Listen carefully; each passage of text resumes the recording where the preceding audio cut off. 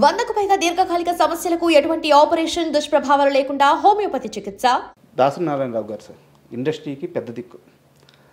ఆయన పరిష్కరించినన్ని సమస్యలు కానీ, ఆయన ఆదరించినటువంటి మనుషులు కానీ, సో అంటే పరిశ్రమలో ఎవరికి ఏ కష్టం వచ్చినా దాసరి గారు ఉన్నారు, ఆయన కాంపౌండ్లోకి అడుగు పెడితే ఆ సమస్య పరిష్కారం అవుద్ది అని చెప్పి ఒక నమ్మకం ఉండేది. అయితే దాసరి గారి చుట్టూ కొంత వలయం ఉండేది మీలాంటి వాళ్ళు. ఆ సమస్యల్ని ఫస్ట్ విని ఫిల్టర్ చేసి దాసరి గారి దగ్గరికి తీసుకెళ్ళింది మీలాంటి వాళ్ళే, 3-4 ఉన్నారు. సో ఇక్కడ అన్ని వింగ్స్ గురించి మీకు ఒక అవగాహన ఉంది. ఈ రోజున ఇండస్ట్రీలో దాసరి గారి స్థానాన్ని ఎవరు రీప్లేస్ చేయలేరు. అది నేనే కాదు, మీరు కాదు, అందరూ చెప్తున్నమాట. ఎందుకంటే స్టార్స్ ఉన్నారు కానీ చిన్న చిన్న కార్మికుల కోసం సమయాన్ని వెచ్చించలేరు వాళ్ళు అని చెప్పి ఉన్నారు. నా కంప్లైంట్ ఏంటంటే మీ విషయంలో చిరంజీవి గారితో మీకు క్లోజ్ అసోసియేషన్ ఉంది, బాలకృష్ణ గారితో క్లోజ్ అసోసియేషన్ ఉంది, మోహన్ బాబు గారితో క్లోజ్ అసోసియేషన్ ఉంది. సార్ ఇక్కడ ఇండస్ట్రీ అంటే ఏంది అనే పరిస్థితి నిజంగా సమాధానం లేదు. ఇండస్ట్రీ అంటే ఎవరంటే చెప్పే సమాధానం లేదు. ఈరోజు మీకు అన్నిటి మీద అవగాహన ఉండి వీళ్ళందరితో ఒక పరిచయం ఉండి మీరు ఎందుకు వీళ్ళ ముగ్గురులో ఎవరో ఒకరు పక్కన చేరి మనం చూసుకుందాం, నేను చూసుకుంటాను, మీ స్టార్ పవర్ అండగా ఉంటే నేను ఫీల్డ్ వర్క్లో నేను చూసుకుంటానని చెప్పేసి అన్ని విషయాల మీద అవగాహన ఉన్న మీరెందుకు కామ్ అయిపోయారు సార్? ఇది సర్వీస్ చేయటానికి ఎఫోర్డబిలిటీ ఉండాలి సార్. నేను ఇందాకే చెప్పాను, ఫస్ట్ క్వశ్చన్లోనే చెప్పాను. జీవితం, నిజ జీవితం వేరు, ఈ మీరు మాట్లాడుకోవటం వేరు సార్. ఇప్పుడు మీరు నలుగురికి నేను అవైలబుల్గా ఉండాలి, 100 మందికి అవైలబుల్గా ఉండాలి. దాసరి నారాయణరావు గారి ఇంట్లో రోజు ఒక 100-200 కాఫీలు టీలు పెట్టేవారు.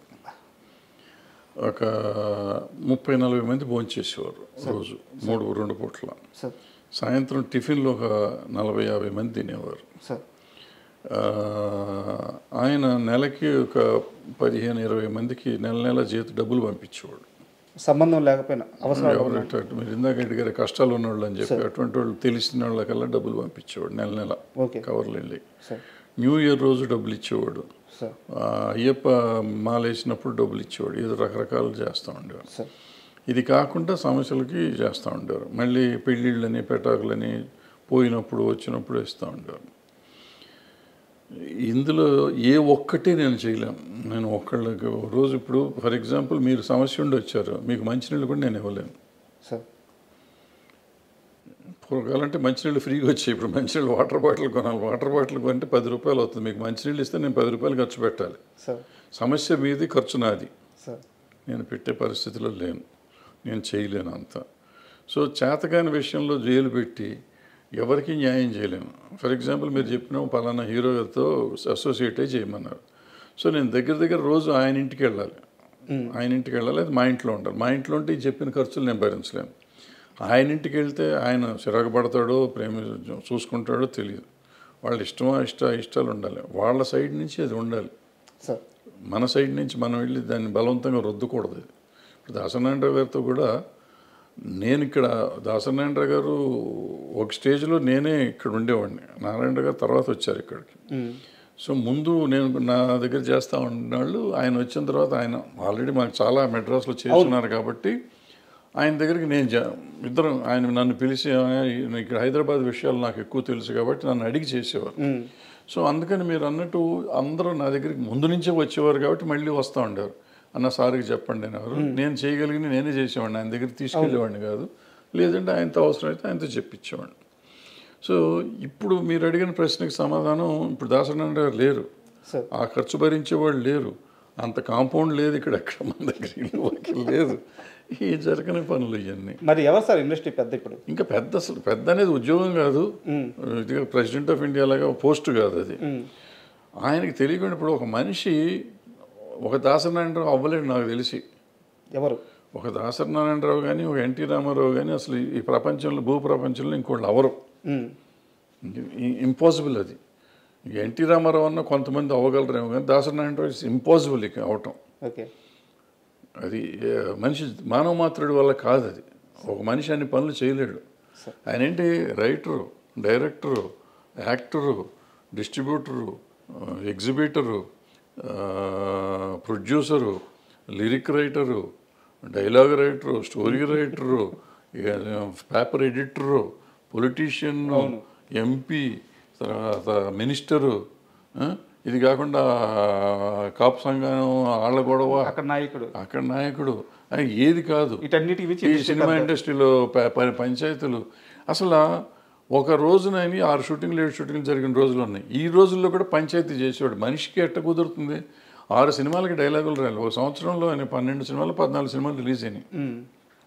ఓ మనిషి 14 సినిమాలు ఎట్ట రిలీజ్ చేయగలడు సంవత్సరంలో? షూటింగ్ ఎన్ని చేయాలి? నెలకు ఒక సినిమా తీసేయగలడా ఎవడన్నా?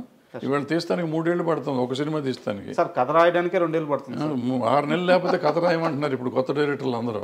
ఇప్పుడు ఈ పరిస్థితుల్లో ఆయన ఎట్ట చేసేవాడు ఏంటి? అలాంటి మనిషి అసలు రాడు. ఇవన్నీ ఉండగా పంచాయతీలు చేయటం, ఇప్పుడు నేను చెప్పిన యాక్టివిటీస్ కాకుండా పంచాయతీలు చేయటం, వీళ్ళందరి కథల కష్టాలు వినాలి కదా. వచ్చినాడు ప్రతివాడు కష్టం వినాలి. షూటింగ్ చేస్తాడా? ఇప్పుడు ఆయన పక్కన 4 ఫ్లోర్లో షూటింగ్ జరుగుతుంది.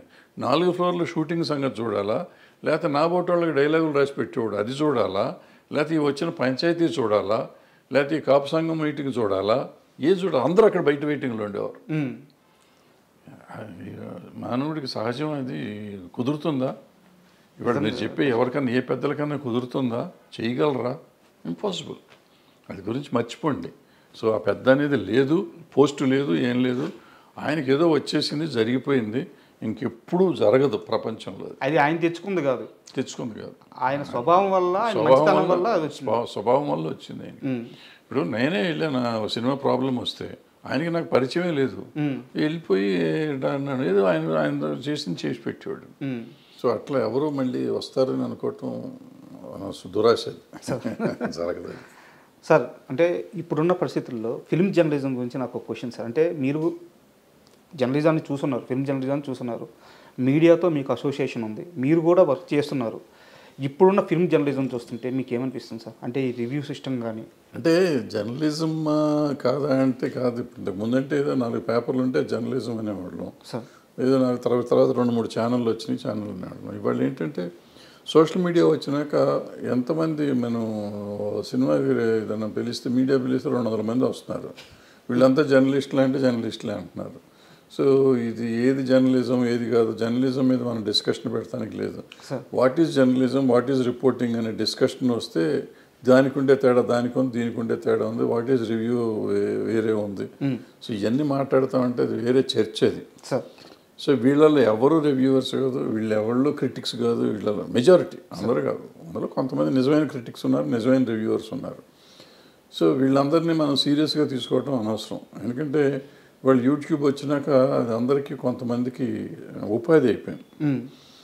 ఎక్కువగా యూట్యూబ్లో నెగిటివిటీ వస్తే డబ్బులు ఎక్కువ వస్తాయి. సో ఎక్కువ మంది నెగిటివ్ రాయటానికి ఇష్టపడతారని డబ్బులు వస్తాయి. పాజిటివ్గా మాట్లాడితే డబ్బులు రావు.